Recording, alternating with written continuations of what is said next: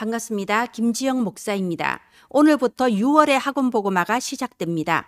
이스라엘 백성이 가나안 정복을 향하여 승리의 행진을 해갈 때 그 앞에는 언제나 언약궤를 든 제사장들의 발걸음이 있었습니다. 오늘 또 우리 후대들에게 정확한 언약을 전달하고 있는 부모님, 교사님들이 우리 후대를 위한 영적 제사장들입니다. 하나님이 주시는 위로부터 내려오는 참된 보좌의 능력과 힘이 여러분에게 회복되기를 예수님 이름으로 축원드립니다. 기도합니다. 하나님 은혜를 감사합니다. 사람의 계획이 아니라 여호와의 절대 망대가 이 시간 시공간을 초월하여 전국과 세계에 세워지게 하여 주시옵소서. 살아계신 예수님 이름으로 기도합니다. 아멘. 네, 오늘은 6월 학원복음화 중에서 1과 렘넌트가 이룬 여리고 작전, 이 말씀을 함께 나누겠습니다. 그런데 첫 주니까 먼저 서론에 대해서 말씀드려야 되겠죠. 우리가 서론과 결론은 매주 반복하자고 했습니다. 왜냐하면 서론과 결론이 지금 나오고 있는 언약의 흐름의 핵심이 다 들어가 있어요. 그렇기 때문에 매주 반복하면서 우리 어린이들에게 전달해 주시기를 바랍니다. 네, 이번 6월엔 서론은요, 첫 번째, 왜 기도해야 할까요? 이유를 먼저 알아야 합니다. 두 번째, 그러면 어떻게 기도해야 할까요? 어떻게 지속할 수 있으며 또 어떤 내용으로 해야 할까요? 그리고 세 번째, 이렇게 기도했을 때 렘넌트들에게는 어떤 증거가 따라오는 걸까요? 우리가 이 세 가지 주제를 가지고 우리 렘넌트들에게 언약이 전달되기를 바랍니다. 첫 번째, 왜 기도해야 할까요? 지금 이 시대를 볼 수 있어야 됩니다. 지금 이 시대는 정말 마태복음 24장, 25장에 주님이 말씀하신 것처럼 말세 시대입니다. 처처의 전쟁과 지진과 기근, 그리고 가짜 그리스도들이 출몰하고 있습니다. 지금 기상이변, 사람의 힘으로 할 수 없는 기상이변이 전 세계를 강타하고 있어요. 이 속에서 사람들은요, 미래를 불안하게 여깁니다. 이 미래에 대한 불안을 조금이라도 벗어나고자 하는 것이 이단 사이비, 우상 숭배가 온 세상에 지금 창궐하고 있고요. 사람들이 각종 중독과 정신병, 자살, 이런 문제가 지금 전 세계를 덮고 있지 않습니까? 이 속에서 우리 후대들이 어떻게 미래를 준비할 수 있을까요? 사람의 능력으로는 불가능합니다. 지금 어른들이 여러 가지 조언을 해줄 수도 있고 도움을 줄 수도 있지만 사실은 우리가 생각하고 있는 미래와 실제로 우리 렘넌트들이 살아가게 될 미래는 전혀 다른 모습일 거예요. 우리가 상상하지도 못한 그런 세상이 되어 있을 것 같습니다. 그렇기 때문에 우리의 렘넌트들은 미래를 어떻게 준비해야 될까요? 그래서 기도해야 되는 겁니다. 내 힘으로 살 수 없고 사람의 힘으로 살 수 없기에 우리는 보좌의 축복과 그 힘으로 이 세상을 치유하고 세상을 살려야 되는 겁니다. 우리 렘넌트들은 하나님께서 237가 5천 종족을 치유하고 살리라고 세우신 렘넌트들입니다. 그래서 우리 렘넌트들 가는 곳마다 모든 저주와 재앙이 다 무너지고 하나님의 나라가 임하게 될 겁니다. 그래서 우리 어릴 때부터 너는 세계복음화의 주인공이야, 이렇게 계속 말씀해 주실 때 그 말씀이 우리 렘넌트들의 미래의 성취가 되는 거죠. 어떻게? 기도를 통해서. 그래서 우리 렘넌트들은 기도하면서 나를 초월하는 보좌의 힘을 누릴 수 있는 겁니다. 그러면 어떻게 기도해야 할까요? 네, 유 목사님이 항상 편안하게 기도해라 그러시죠. 편안하게 아침과 밤에 그리고 또 낮 동안에 삶 집중하면서 편안하게 기도해라, 이렇게 말씀하세요. 그런데 우리 렘넌트들의 딜레마가 여기서 발생하는 거예요. 렘넌트들에게는 기도가 편안하지가 않거든요. 아니, 날마다 여러 가지 바쁘고 생각할 것도 많고 게임도 해야 되고, 그런데 일단 기도 수첩을 펴고 말씀 묵상하고 기도한다는 자체가 편안한 게 아니고 의무이자 숙제잖아요. 그뿐만이 아니에요. 그냥 기도만 하는 게 아니라 호흡도 해라고 그러잖아요. 아니, 기도하는 것도 쉽지 않은데 호흡까지 조절하면서 편안하게 해라, 이러니까는 정말 이건 편안이 아니고 의무고 숙제고 힘들고 그렇단 말이에요. 자, 왜 그럴까요? 그게 리듬이 되지 않아서 그래요. 내가 호흡하면서 아침과 그리고 밤에 낮 동안에 어느 곳에 가든지 이렇게 기도하는 것이 내 몸의 리듬으로 딱 이렇게 체질이 되어버리면요, 기도가 힘들지 않아요. 진짜 편안합니다. 그런데 이게 리듬이 된 상태에서는 기도를 어쩌다 못하는 상황이 오잖아요. 어디 먼 곳에 가 있다거나 어떤 사건이 있다거나 기도를 못하는 상황이 오히려 불편해요. 조금 잠깐이라도 시간 내서 이렇게 호흡하면서 기도했을 때 영과 육의 평안이 함께 찾아오거든요. 자, 이렇게 되려면 어떻게 해야 된다고요? 리듬이 돼야 됩니다. 리듬이 될 때까지는 조금 힘쓰고 애써서 해야 돼요. 처음부터 편안하게 되는 게 아닙니다. 이거 알려주세요. 기도의 첫 시작은요, 조금 힘쓰고 애써야 돼요. 노력해야 됩니다.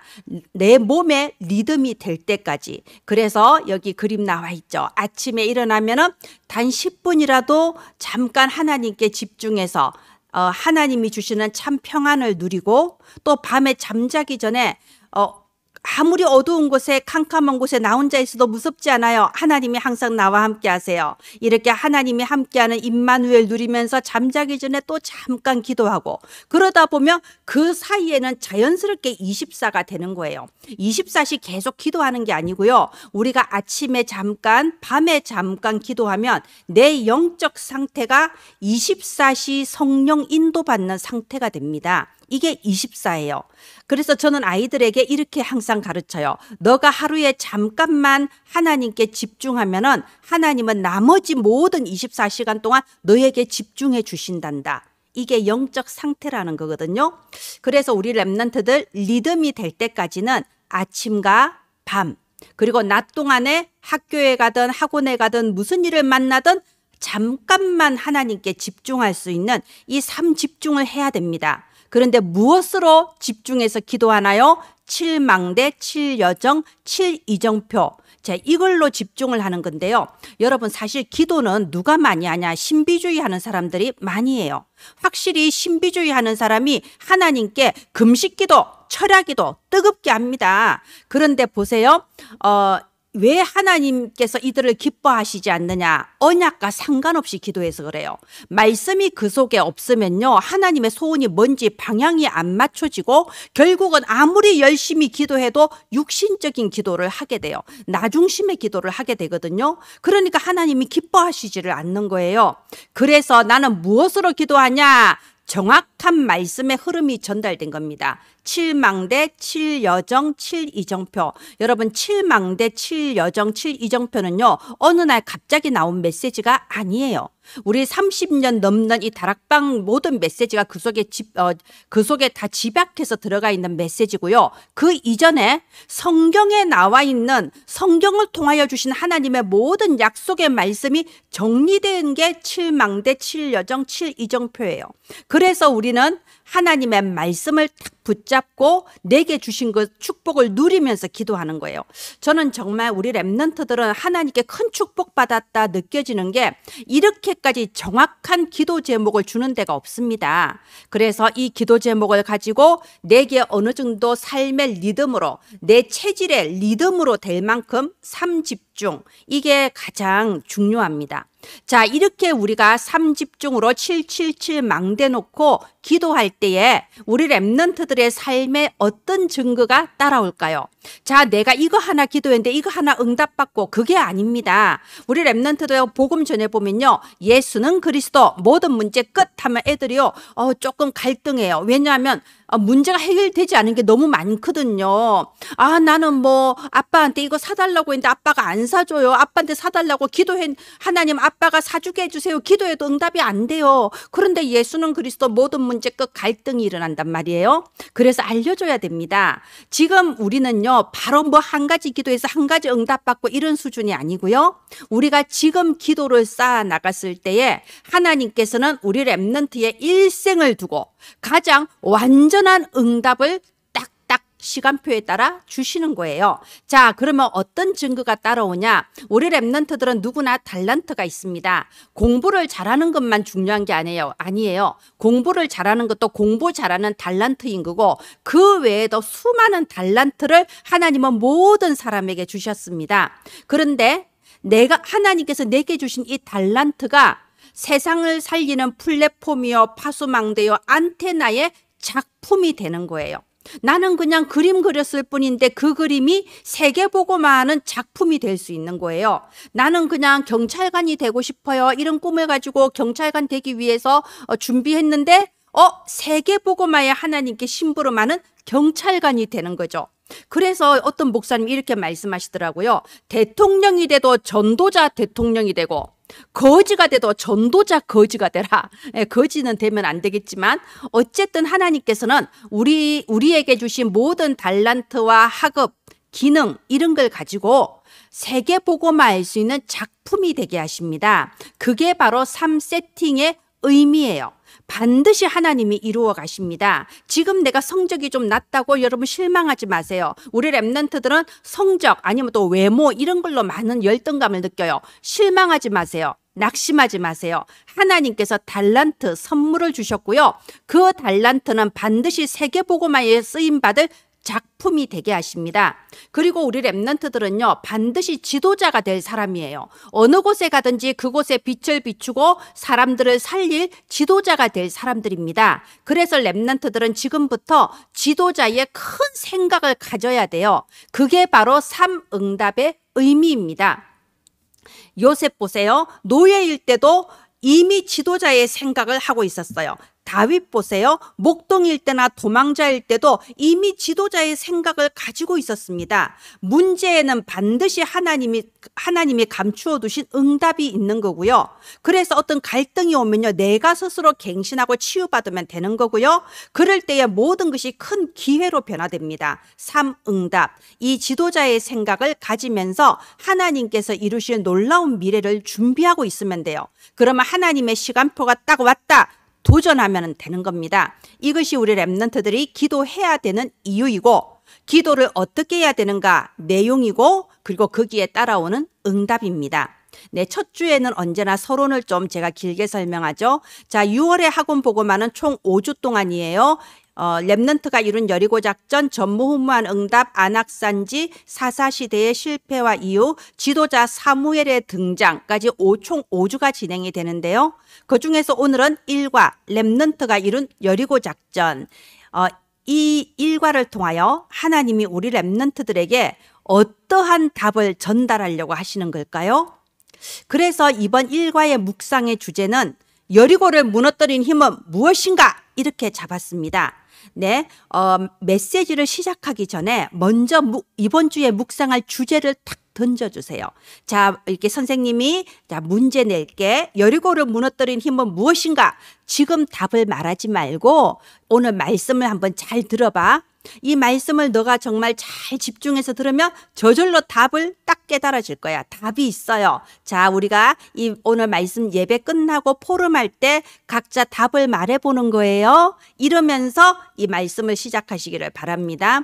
자, 일대지 여리고는 어떤 성이었을까요? 네, 난공불락의 성이었죠. 이 여리고는 이 요단강을 딱 건넜을 때 맨 첫 번째로 만나는 성입니다. 이 여리고성의 위치는요, 가나안 땅 전체로 봤을 때 중간쯤에 위치해 있어요.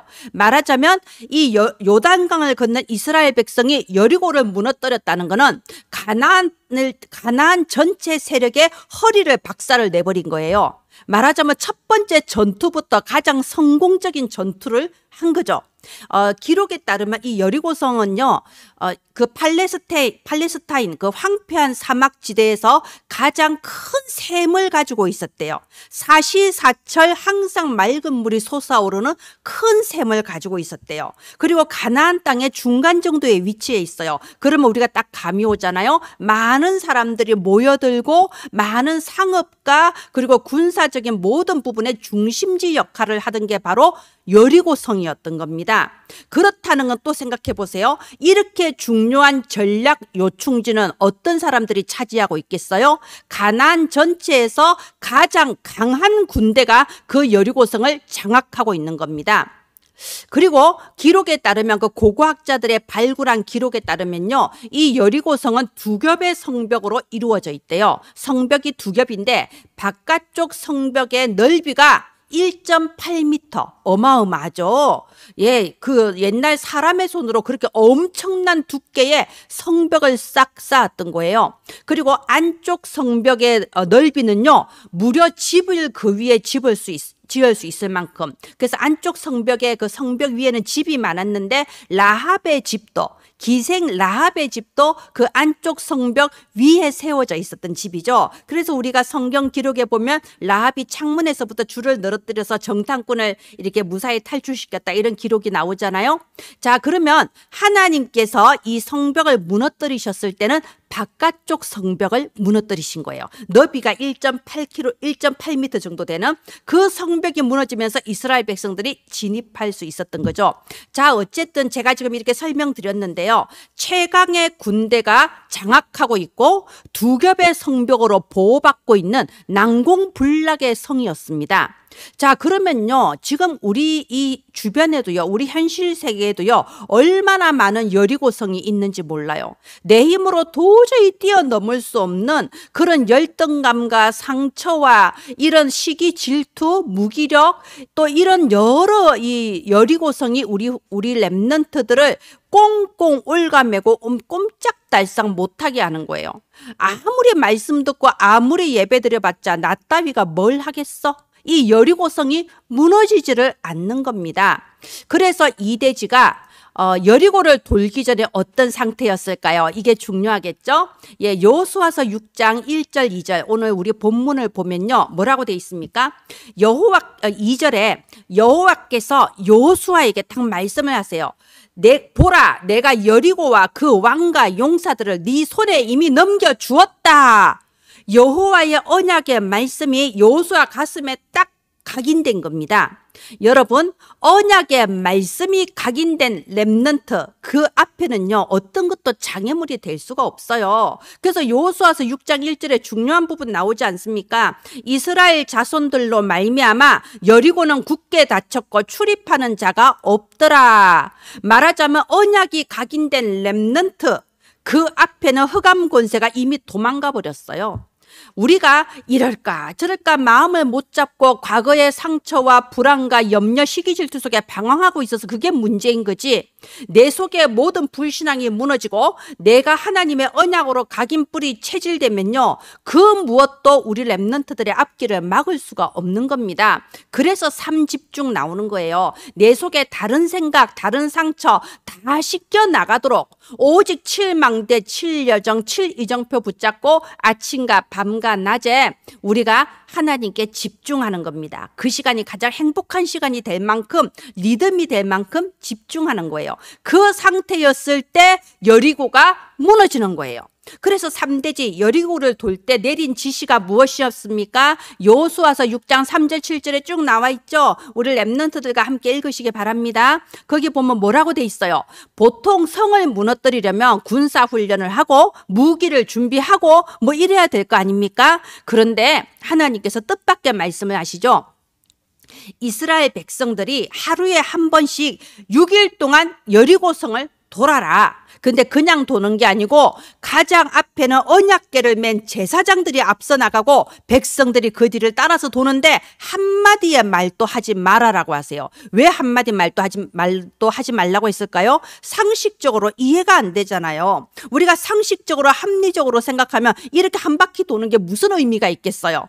지금 하나님이 이상한 말씀을 하신 거예요. 얘들아, 지금부터 무기를 준비하고 군사훈련을 시작하고 작전을 짜라, 이렇게 하면 네 맞습니다 하고 순종을 할 건데, 아니 그냥 한 바퀴 돌아라, 언약궤를 따라서 돌아라 이러니까요, 불평, 불만과 의문이 나올 수밖에 없는 거예요. 그러니까 하나님 말씀하신 거예요. 아무 말도 하지 마라. 한마디의 말도 하지 마라. 그리고 마지막 날에는 7바퀴를 돌고 다 돌았을 때 제사장들이 함께 나팔을 불고 온 이스라엘 백성들은 한 목소리로 함성을 질러라, 이런 거예요. 여러분, 우리는 조용히 아무 말도 하지 않고 기도해야 될 때와 그리고 한 마음으로 도전해야 될 때를 잘 구분할 수 있어야 돼요. 하나님의 시간표를 볼 수 있는 눈이 열려야 됩니다. 우리 렘넌트들이요, 세상 사람들의 말에 막 어쩌고 저쩌고 막 휘둘릴 필요 없습니다. 지금은 잠잠히 언약 잡고 기도할 때다. 그리고 마침내 교회의 어떤 전도, 선교, 중요한 일이 있을 때는 한마음으로 원내스 되어서 도전하는 겁니다. 그것이 바로 하나님께서 여리고를 무너뜨리게 하신 방법이에요.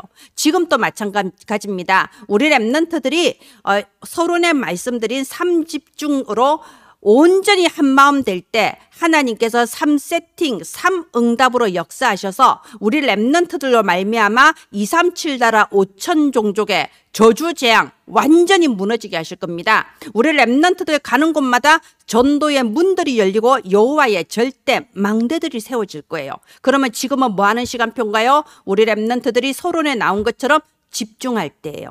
조용히 마음과 생각을 모으고 3집중 777 기도를 지속하고 있을 때예요.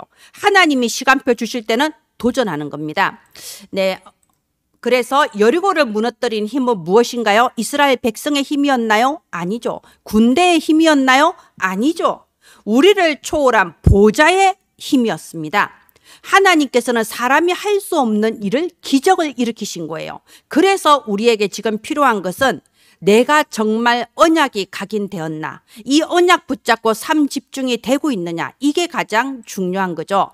6월의 결론입니다. 렘넌트의 힘의 배경은 무엇일까요? 흩어진 제자들 메시지 하실 때 5개의 성경 구절 말씀하셨습니다. 6월이 5주간 있으니까는 매주 이 성경 구절을 가지고 결론을 내주시기 바랍니다. 네, 6월 첫 주에는요, 창세기 41장 38절.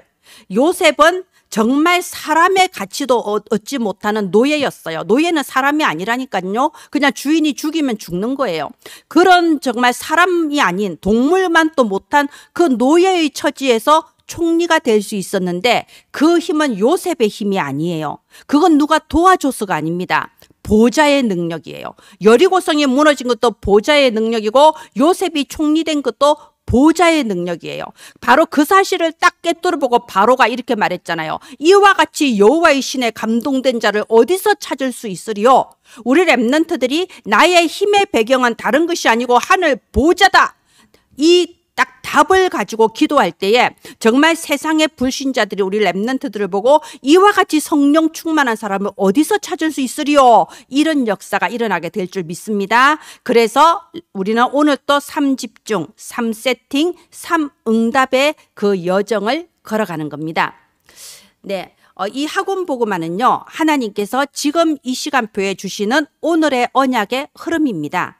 우리 렘넌트들에게는 가장 근본적인 구원의 길, 이 메시지도 반드시 증거하시고요. 지금 나오는 언약의 흐름, 학원 보고만 메시지도 전달을 해야 됩니다. 그것이 저와 여러분의 미션입니다. 여기에 조금이라도 또 도움이 되고자 어린이 선교국 홈페이지에 학원 보고만 PPT가 한글과 다국어로 매주 올라가고 있습니다. 여러분 다운 받으셔서 여러분의 사역에 도구로 사용해 주시기를 바랍니다. 기도합니다. 하나님 은혜를 감사합니다. 여호수아가 누렸던 그 힘, 여리고성이 무너졌던 그 힘이 우리 모든 부모 교사들에게 이 시간에 회복되게 하옵소서. 우리 모든 후대들에게 전달되게 하여 주시옵소서. 237과 5천을 살릴 서밋들이 일어나게 하여 주시옵소서. 살아계신 예수님 이름으로 기도합니다. 아멘. 감사합니다.